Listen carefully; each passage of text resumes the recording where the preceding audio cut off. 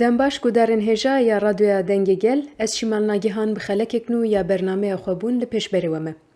Guhdarên hêja di vê bernameya xwe de em dixwazin li ser mijara Konferansa Duyemîn Akademiya Jinolojî ya Bakur û Rojhilatê Sûriyeyê mijarên ku girtibûn dest em berdewam bikin, wana bi we re parve bikin. Di vê xelekê de em dixwazin mijara Metodolojiya Jinolojiyê bi we re parve bikin. Belgeyê ku ji bo konferansê hatibû amadekirin, em bi hev re vîya bixwînin û guhdar bikin. Bernameya me dest pê dike. Metodolojî çi ye? Em çima vê mijarê dixin rojeva xwe. Rêbaza jinolojiyê çi ye? Em hewl didin di çarçoveya vê pêşkêşiyê de ji van pirsan re bibin bersiv. Metodolojî bi gotinek din rêbaz zanist bi serê xwe weke şaxeke zanistê bi sazî nebûye. Wek qadek felsefeyê lêkolînên li ser rêbazên qadên cuda yên zanistî di nava xwe de dihewîne. Eger em rêya herî kurt û berhemdar agahaştina heqîqetê weke rêbaz pênase bikin, rêbaz zanist kombûn û pergala van hewldanan e. Em dikarin nîqaşên rêbaz zanist an jî metodolojî heta lêgerîna mirovan a li heqîqetê û watedayîna jiyanê bibin. Di felsefeya Yunan ya kevnar de bikaranîna aqil, ango bi avakirina mantık, sîstematîzekirina zanabûyînê, li dibistanên zanebûn an jî hikmetê yên rojhilata navîn û dikevne şopiyên felsefî yên Çîn û Hindê de gihîştina zanînê li ser bingeha hîs û zanînê esas tê girtin. Di serdema nûjen de mebesta metodolojiyê ew e ku di warê felsefe û zanistê de çawaniya gihîştina zanînê lêkolîn bike. Rêyên nû keşif bike û rêbazên yekta yên her zanistê diyar bike. Dema ronîkirina mijara rêbazê giring e ku mirov mîratiya ku çar rêyên bingehîn ên ramana mirovahiyê afrandiye watedar bike. Di tevahiya dîrokê de bi rêbazên mîtolojîk, olî, felsefî û zanistî yên ramanê mirov xwastine jiyanê fêm bikin. Herçi qas ev çar rêbazên bingehîn ên ramanê her tim di dîroka mirovahiyê de hebin jî, her serdemek yek ji wan wek rêbazek bingehîn a ramanê serdest bûye. Em pêvajiyên ku rê li ber guhertina rêbazên ramanê vedikin, weke şoreşên zihniyetê bi nav dikin. Ya yekemîn, fikra mîtolojîk olî ji 5000 sal beriya zayînê heya 500 piştê zayînê ya duyemîn jî fikra olî û felsefî ya di navbera 500 û 1500 de ye û ya sêyemîn jî fikra zanistî ye ku ji salên 1500 ve derbasdar e. Niha em di serdemek wisa dane ku şoreşa zihniyeta nû xwe fers dike. Ya ku pêwîstiya vê şoreşa zihniyetê de diyarkirin, krîza bi rêbaza zanistî ya navend Ewropa tê jiyîn û hilweşînên wê yên ku bûne sedeme. Ramana zanistî rêbazek zanînê ye ku xwe dispêre ezmûn, çavdêrî û analîzê. Zanyariya xwe dispêre tecrübeyê di dîrokê de her tim hatiye bikaranîn. Giyayên ku weke derman tên bikaranîn, bi zanîna tecrübeyê tên sepandin. Rêjeya pêtiviya di çêkirina kelpîç de germahî û sarbûna wê dîsa zexmtiya wê bi çavdêrî û tecrübe dikare zelal bibe. Gelek pîşeyên kevnar ji pêvajoya çêkirina tayê ji bo xalîçeya û çêkirina tayên kincan, tevin û parastin û veşartina xwarinê, gelek hunerên kevnar, tenê bi ceribandin û çavdêrî dikarin werin kirin. Pirsgirêk nede hebûna zanabûnên bi tecrübe û çavdêriyê de ye. Lêbelê di ferskirina zanabûna ezmûnî de weke yekane heqîqet dayê diyarkirine. Piştê salên 1500 rêbaza zanistî ya navend Ewropa ku bingeha xwe li ser fîzîka Newtonê, felsefeya analîtîk a Descartes, ceribandin û çavdêriya Bacon, hegemoniya xwe li ser ramana zanistî ava kir. Ji bilî vê rêbazê çi zanyariyên hatine bidestxistin, çi heqîqetên heyî weke zanist nehatiye hesibandin. Bi vê nêzîkatiyê re krîterên tiştên ku weke zanist û zanyariyên zanistî tên hesibandin li gorî rêbaza zanistî ya navend Ewropa tên destnîşankirin. Ji vê hêlê ve berhevbûna dîrokiya mirovahiyê û zanîn û zanistên erdnigariyê ne Ewropayî û weke zayend jî zanîn û zanista jinê ji derveyî zanistê tên hesibandin. Di sedsala dawî de têgêştina zanistê ya navend Ewropa, pênaseya wê ya mantiqê, awayê şirovekirina wê ya herekîna dîrokê re ئاوایە ئانالیزکردنا civakê û rêbazê wê ya zanistî bi awayekî tundtir têne rexnekirin. Sedema ku em vê mijarê dixin rojeva xwe encamê helweşîner ê remana zanistî û rêbaza zanistî ye, ku di serdema me de diyarkirina diravekirina heqîqetê de. Rola rêbaza zanistî ya navend Ewropa ya di qirkirinê de ku tê de tinekirina çand, ziman û baweriyê cuda, ku xwezayê talan dike û tune dike, ku bi her şêwe mêtingerî û zora li hemberî jinê tîne ziman, an jî weke ku em jê re dibêjin çanda destavêtinê diyarker e. Xwespartina cudahiya di navbera subje û objeyê, esasgirtina pêşketina xeteke rasterast, li gorî têgîna gerdûnîtiya ku cudahî û cihêrrengiyê tune dihesibîne, şirovekirina diyalektikê li ser bingeha dijberiyê ku hev ji holê radibe û metafîzîkê dervehiştin, dikarin weke aloziyên sereke yên rêbazê werin hesibandin. Li qadek dagirkerî û li erdnigariyek ku şerê cîhanê yê sêmîn lê dixewime, weke gel û jinên bi komkujiyê re rûbirûne, ji bo em li dijî vê zanist û rêbazê wê derbikevin, sedemên me yên mafdar û jiyanî hene. Ne pêkane ku em bi vê rêbaza zanistî ya ku bûye sedema êriş û komkujiyan ku em pê re rûbirûne, wateya berxwedana xwe û zanabûyîna pergala civakî ya ku em dixwazin ava bikin, bi dest bixin. Em dixwazin van nîqaşan bi armanca afirandina rêyek ji xalên ku rêbaza zanistî tê de asê maye û helweşîn û tarîkirina heqîqetê ya ku derxistiye holê. Em ne li pay pêşxistina rêbazek nû ne ku em wê hegemonîze bikin. Armanca me peydakirina amûr û rêbazên ku çavkaniyên zanyariyan ên tên piştgûhkirin û heqîqeta tê înkarkirin derxin holê. Rêber Apo ku bi rejîma heqîqetê re şiroveya xwe bixwetîne ziman, mijara rêbazê wiha zelal dike û şêwaza mijûlbûyîna me ya bi rêbazê re ronî dike.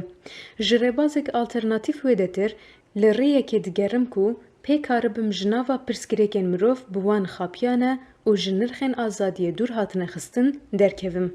Dema ku hewl didin pirsgirêka rêbaz fêm bikin û çareser bikin, dibe ku gotinên ku dikevin şopiya felsefî ya rojhilata navîn de gotinên ku dibêjin rastî yeke, rêyên ber bi wê ve bi hezarin û mirov ji visûlê yanî heqîqetê bêpar maye, ji ber ku rêbaz yanî mezheb wenda kiriye. Di vê çarçeveyê de em mijûl dibin ku nîqaşên rêbaza jinolojiyê tevî bêrêbaziya wê li ser esasê destgirtina dewlemendiya rêbazên ku karibin heqîqetê fêm bikin bi dest bixin. Bi qasê ku em dikarin diyar bikin ka em ê çi lêkolîn bikin û ku derê zanyariyên derbarê wê de bigirin, em dikarin rêbaza wê jî diyar bikin, an jî em dikarin bibin xwedî derfet ku xwe ji rêbazên şaş û çewt rizgar bikin. Her wiha bi qasî bilindbûn û pîroziya armancê, divê rêbazên bi destxistina wê jî paqij bin. Di vê warî de hevsengiya armanc û rêbazan pêwîstî bi ahenga di navbera paradîgma û rêbaza zanistî de hebe. Rêya ku em bi evînê dişopînin, divê bi heqîqeta ku em lê digerin ve girêdayî be. Di vê xalê de em ê hewl bidin nîqaşên xwe yên rêbazê ji rêyên şiroveyên çewt û şaşiyên dûrê heqîqetê bikin û berî her tiştî xwe ji wan biparêzin. Pêngava yekem dê derbazkirina bêçaretiya rêbaza zanistiya heyî be. Ku me dest nîşan kir, çewtî û şaşiyên wê ku nagihîn heqîqetê. Em ê pirsgirêkên rêbaza zanistî ya ku me ber bi rêyên çewt û bêçaretiyê û desalatdariyê ve dibe, li ser bingeha şeş serinavan lêkolîn bikin. Yek, derbazkirina cudahiya kirde û tişt. An jî obje û subje. Cudahiya subje û objeyê ku têgîna bingehîna rêbaza zanistî ye, îfadeya zanistî ya serdestiya mirov li ser xwezayî ye. Mêr li ser jinê neteweya serdest li ser çand û baweriyê gelên bindest e. Ji ber ku civakên exlaqî polîtîk xwe weke perçeyekî xwezayê berdewamiya xwezayê dîtine, ne fikrîn ku xwezayê nesne bikin. Di têkiliyên jiyana komînal de net hat fikrîn ku kes li ser kesekî din serwer bibe. Ji ber ku her kes li gorî qabiliyet û hêza xwe beşdarî jiyanê dibû.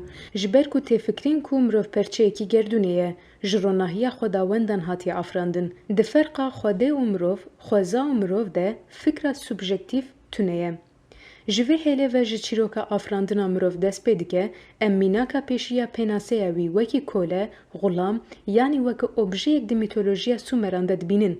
Çîroka afirandina jinê ya ji parsûya mêr, diyardeyekê din a cudabûyîna mijara kirde tişt e. Heta roja me ya îro ev çîrok weke behaneya bingehîn ji bo nêrîna li jinê weke milk û nesneyê derbas dare. Zanista Eurocentrîk ev cudahî kurtir kir û li ser bingeha rêbaza zanistî bicih kir.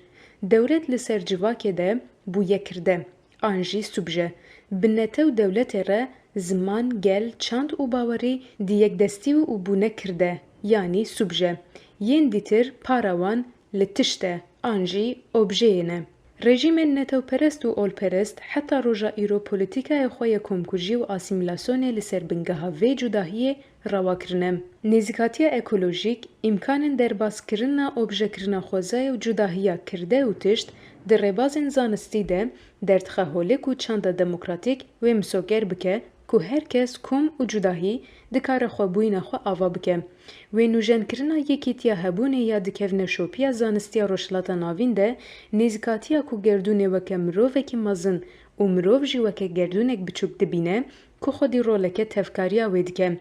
ده فلسفه چین و هنده ده آهنگی و تمامکاریا دناوبرا دوالیتی آنجی دجبران ده اساسه. لگل فیزیکا کوانتومه انجام زانستا فیزیکی ین تکلداری تکلیا دناوبرا چافدیری و چافدیران ده جی اف نقاش دولمنتر کریه. گر ام تکلین دخوازای ده وکه پرگالک اکولوژیک آبه هفه گریدای بفکرن ام دکارن دل اکولین خود فهم بکن کو هر پیک هاتیک دوی پرگاله ده به هفه گریداینه و دناوبرا وان ده تکلین کو جداهیا سوبژه و اوبژه درباست کن هنه.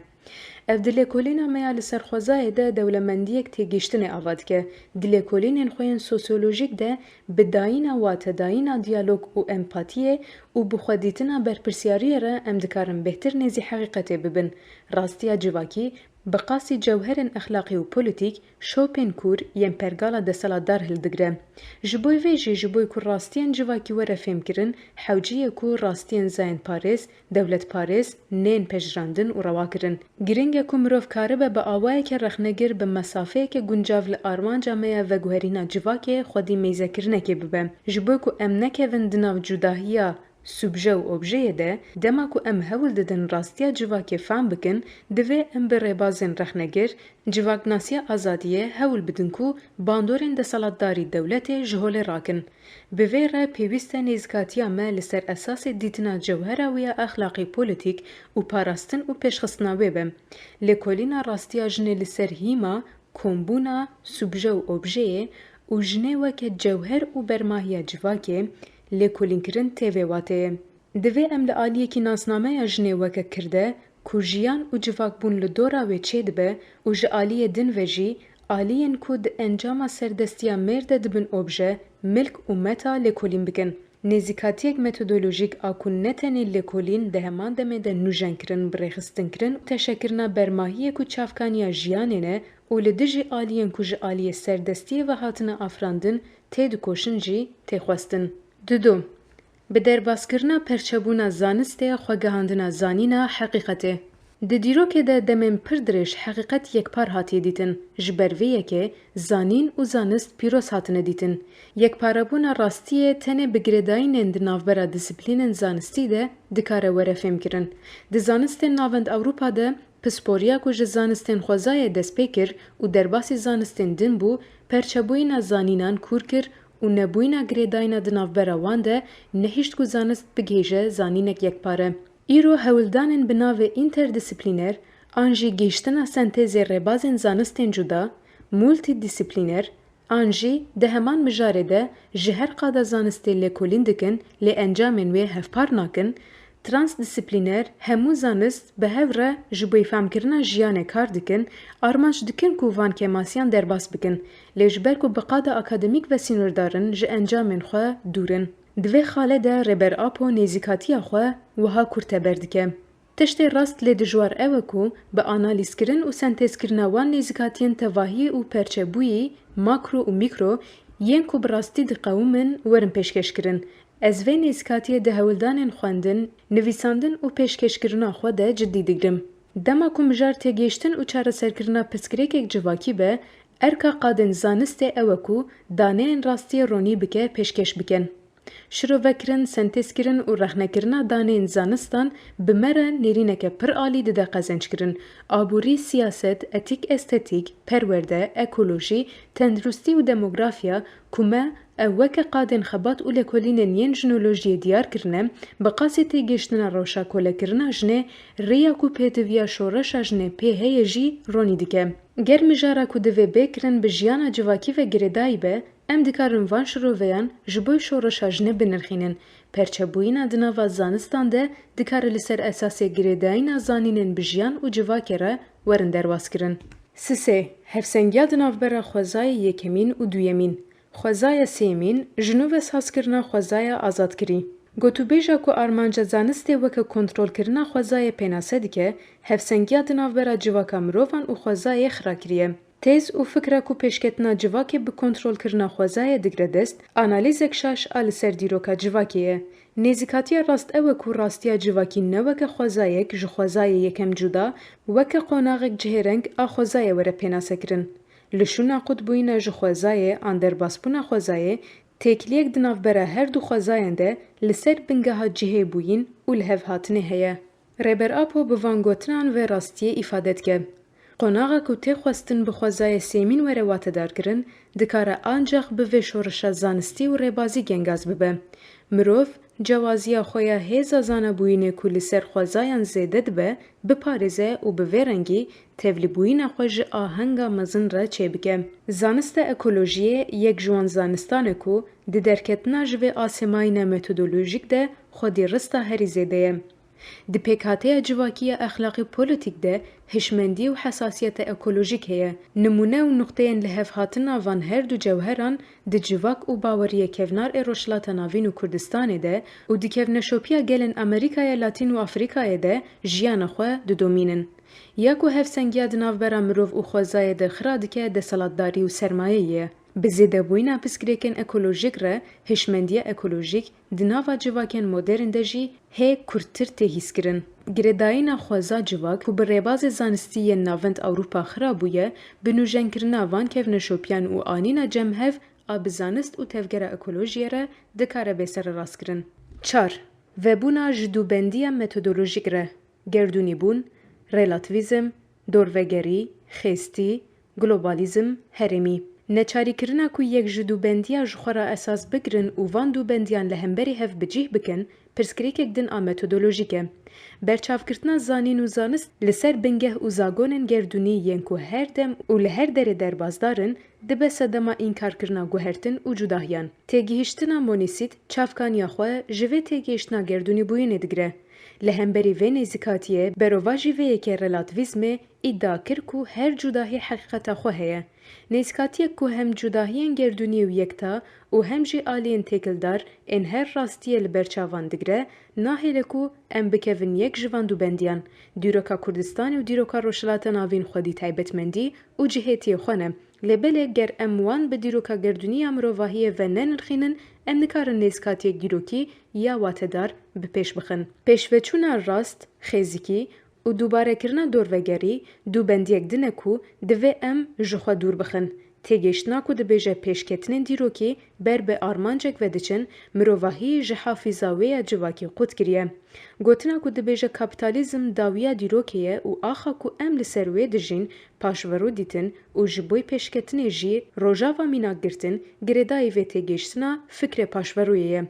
Li dijî vê nêzîkatiyê dorhêl, pêşveçûyîn û pêşketinê bêhtir li ser zanîna dubarebûyînê ye. Fatalîzm an jî qeder û fikra ku dîrok xwe dubare dike, nîşaneyên vê nêzîkatiyê ne. Çawa ku dîrok çerx pêş dikeve, paşveçûyîn jî dibe ku di serdemên kaosê de çêbibin. Di vê noqteyê de li ser bingeha wekevî, eslî û cudahiyan kombûyînek dîrokî pêk tê. Di vê kevneşopiya tevgera azadiya Kurdistanê de tespîta ya ku li vir tê analîzkirin ne mirov e civak e, ne deme dîrok e, dîrok di roja me de veşartiye, em jî di destpêka dîrok de veşartîne, dîrokên herêmî, bê dîrokê gerdûnî wateya wê namîne, ev wekî perspektîfên ji bo derbazkirina dûbendiyan giring bûne. Herêmîbûyîn û globalizm diyardeyeke din a van nêzîkatiyan e. Piştguhkirina herêmî û nasnameyê bi rengekî rengvedana nêzîkatiya gerdûnîbûyînê ye. Gotinên weke di navbera jin û mêr de ferq nîne کردبوون نگرنگه یا گرنگ منوه ifadeyên vê nêzîkatiyên çewt a metodolojîk e. Ji hêlekê ve li ser navê gerdûnîtiyê înkara nasname û herêmî heye û ji hêla din ve bi tundî sekin li ser mijarên nasname, herêmperestî, netewperestî, famîlexwaz û cinsiyetparêzî bi armanca xwe kirina deshilat derdkevin holê. Mînak her çiqas şoreşa rojava serhildana jin jiyan azadî, rastexîneyên herêmî ne ku li Rojhilatê Kurdistanê derketin holê jî ji ber ku nirxên globalî îfade dikin gerdûnî ne. Tevî ku hebûna xwe înkar nake jî ji ber ku nûnertiya nirxên hevparin girêdayîneke xurt a global herêmî hatiye avakirin. Ji ber vê sedemê bûye çavkaniya îlhama têkoşîna kesên bindest ên heman sîstemê. Gerdûnîbûyîn li ser bingehê têgêştina herêmî pêş dikeve. Gerdûnîbûyînek ku têkiliya wê bi herêmî re tune be, dibe sedema xwe înkarkirinê. Di derbaskirina dûbendiyê metodolojîk rêxistinên yekta xwe ser û girêdanên wan ên konfederalî, sepanên pratîkî yên derbaskirina cihê rengiya herêmî global, gerdûnî taybetî ne. Projeya Netewaya Demokratîk avakirina sîstema civakiya konfederal a demokratîk û konfederalîzma jinên demokratîk a cîhanê ku weke armanc li pêşiya me ye jî li ser esasê derbaskirina van dûbendiyan pêk tê. 5. Ji nû ve şirovekirina diyalektîkê. Tez, antîtez û sentez. Rastiyeke ku ji zû ve weke dînamîka siyalî ya diyalektîka hebûnê tê dîtin, wate û pênaseyên ku ji roj, heyv, stêrkan tê barkirin, sembol û vegotinên mîtolojîk ên li ser zayîn mirin ji nû ve dayikbûyînê rengvedana vê yekê ne. Mirov dikare şopê vê yekê di eslê yekêtiya Xwedawend, kur û xwedayan de ku paşê vegeriya baweriya sêtiyê de bibîne. Rêbaza feylosofê Yûnana kevnar ku bi çewtkirina zanyariyên heyî bigihêjin zanîna rast, çavkaniyek din a ramaniya diyalektîkê ye. Dikevne şopiya şarezayî ya rojhilata navîn de li ser diyalektîkê jî nîqaşên tund hene. Diyalektik di romana ronakbîriya Ewropî û Hegel de têgêştinek bihêztir distîne. Şiroveya yekem a diyalektikê ya giring ew e ku dijberî hevdû bi nakok û bi tunekirina hev bigêjin sentêzekê. Şiroveya duyemîn tê gotin ku dijber bê têkoşîn mayîne, ji ber xwe ve ber bi sentêz veherin. Şiroveyeke din jî diyalektika neyînî ye ku balê dikişînin ser wê yekê ku berova ji wê nikarin sentêz û ahengê pêk bînin. Reberapo şiroveya xwe ya diyalektikê wiha tîne ziman. Diyalektikek çêker, ne helweşîner. Her çiqas serikên wî yên qirker hebin jî lê ya giring li ser bingeha girêdayîna dualî ya bihev û xwedîkirina hev pêşketine. Di nêrîna me ya li ser jiyan û civakê de şirovekirina avaker, erênî ya diyalektikê têgêştina me xort dike. Li şûna ku hevdû tune bikin, tengezarî û pevçûna di navbera dijberan de dikare li ser bingehek erênî bandorên veguherîner jî bike. Di têkiliya jin û mêr de pêwîstî bi şirovekirina diyalektikê di vê warê de heye. Em rewşa nakokiya di navbera rastiya jinên koledar û zilamên serdest de li ser eksana têkoşîna zayendî pênase dikin. Têkoşîna zayendî tam sentêza avaker a diyalektikê îfade dike. Nebûna nakokî û pevçûna zayendî dibe sedema berdewamî û kûrbûyîna zayendperestiyê.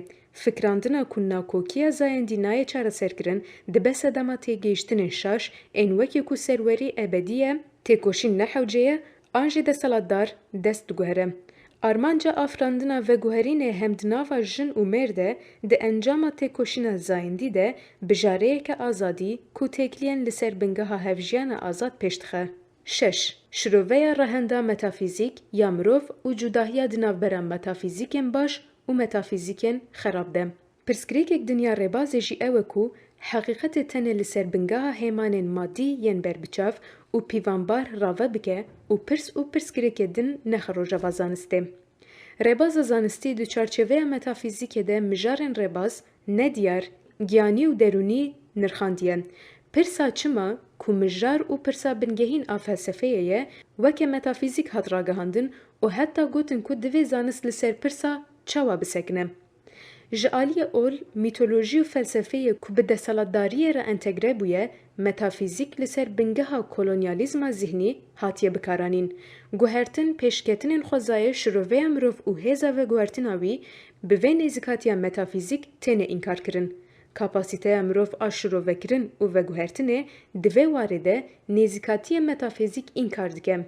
Bi tevahî radkirina metafîzîkê, hinceta rexnekirina vê rewşê, guhnedana taybetmendiyek bingehîn a mirovan jî بخورتینه. ریبر آپو ردکرنا متافیزیکی یا در رباز زانستی ده رخنه دکه و دبیجه. رباز و زانستا گهاشتنا زانینه آنجی اپیستمولوژی به آنالیز کرنا تایبەتمەندیên metafîzîkiyên mirovan re dikare jêhatîtir bibe. Em nikarin rastiya mirovî ya ku wate dide, fêm dike, bi têgehiştinê hîs dike, bi exlaqî dijî, cîhana giyanî bi huner û mûzîkê dewlemend dike, hestiya re û ji rastiyên nemadî bandor dibe, bê metafîzîkê bifikirin. Civaka Kurdistanê û Rojhilata Navîn bi giranî dibin bandora ramana metafîzîk de ye. Lêbelê ev têgehiştina metafîzîk, têgehiştineke metafîzîkî ye ku li ser bingeheke xerab hatiye avakirin û dibe sedema dogmatîzmê û îstîsmarkirina baweriyê. Bi taybet di jiyana jinê de pêwîstî heye bi destgirtina metafîzîkê li ser bingeha pêşxistina wateyên ku jiyaneke baş û xweş pêş bixe. Em tenê dikarin bi nêzîkatiyek rast a metafîzîkî wateya ol, ruhî û civakî bûyînê şirove bikin. Em dikarin vê rewşê weke fersendekî bikar bînin û biafrînin ku bi qasî materyalîzma xaf a zanistiya Ewropî têgehiştina metafîzîkî ya ku li ser bingehên xerab hatine avakirin ku bawerî û giyanîtiya îstîsmar dike derbas bikin. Ji ber ku jinolojî li ser nirxên etîk û estetîkiyên li ser esasê exlaqê azadiyê ye, nêzîkatiyek ku metafîzîkê ji bo avakirina jiyaneke xweş û baş esas digire, erê dike. Di encamê de şoreşa paradigmayê ya di zanistê de tenê bi derbaskirina piskirekên rebaza zanistî dikare pêk were. Kevneşopiya xwedawenda kevnar ku awayê naskirina civaka exlaqî polîtîk e, kevneşopiya aqilmendiya Rojhilata Navîn û awayên zanîna gelên bindest, çavkaniya dîrokî yên afirandina dewlemendiya rebazan in. Tevgerên ekolojîk, feminîst û anarşîst, ên ku rexnekirina rebaza zanistî pêş dixin, şoreşa nîqaşên paradigmayî di zanistê de û di fîzîka kuantumê de ji kombûyînek giring a ku îro dikare li ser were meşandin derxistiye holê. Dema ku reber aposentêza vê kombûyînê teorîze kir, ev teorî bi pratîkbûyîna xwe jiyanî kir. Bi zanebûyîna ku vê tecrübeyê afirandiye, xwenaskirin, bûyîna xwebûn, pêşxistina sosyolojiya azadiyê pêkan bûye û di çareserkirina piskirekên civakî li ser hîma avakirina girêdayîna dîrok û sosyolojiyê ye. Di lêkolînên jinolojiyê de bê ku em bikevin nava xiracirên rebaza zanistî, tenê di helbijartina rebazên herî encamgir û rast de ezmûnek bi destxistiye û ev demek dirêj e em van rebazan bikartînin. Lêbelê pirsgirêk di kêmaniyên me de ye ku em van veguherînin teorî, têz îfade bikin û bigihînin jinên cîhanê. Ji bo ku jinolojî di şoreşa paradigmaya zanistê de rola xwe bilêze, di kûrkirin û berfirehkirina nîqaşên xwe yên li ser rebaz de erka me ya herê mezin e ku nayê derengxistin.